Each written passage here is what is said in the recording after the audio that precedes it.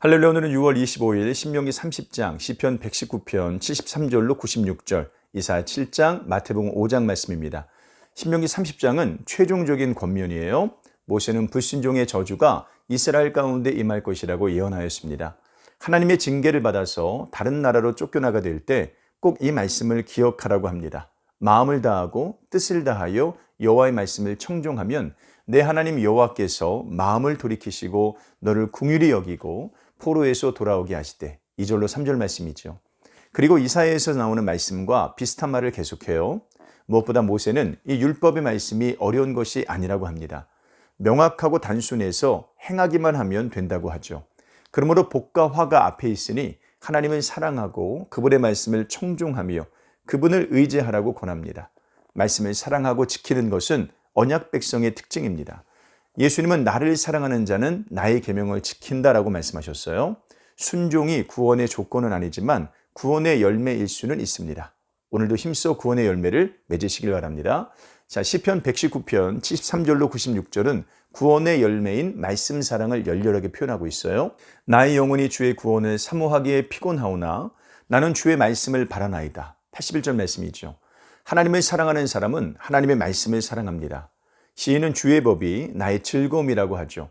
반면 교만한 사람들은 말씀을 싫어합니다. 따르지 않습니다. 말씀을 사랑하는 자도 미워하죠. 말씀에 대한 사랑은 구원받은 사람의 커다란 특징입니다.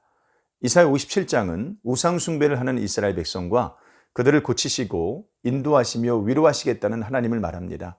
앞장은 구원의 소식이 임하면 이방인과 고자도 여호와의 총회에 들어올 수 있다고 말합니다. 그 와중에 이스라엘 백성들은 여전히 목이 뻣뻣한 상태로 있을 것이라고 말해요. 본문은 우상 숭배를 하는 그들을 정죄합니다. 무당의 자식, 간음자와 음녀의 자식이라고 하죠. 상수리나무 아래에서 음욕을 행하고 골짜기에서 자녀를 도살하는 등 이방 종교에 흠뻑 빠져버린 이스라엘을 고발합니다.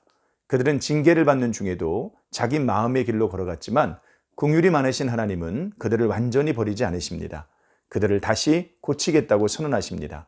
하나님의 무한한 사랑을 보십시오. 하나님의 끝없는 인내를 보십시오. 하나님만이 우리의 소망입니다.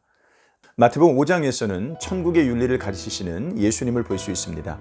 천국 복음을 전파하신 예수님은 천국이 어떤 곳인지를 설명하세요.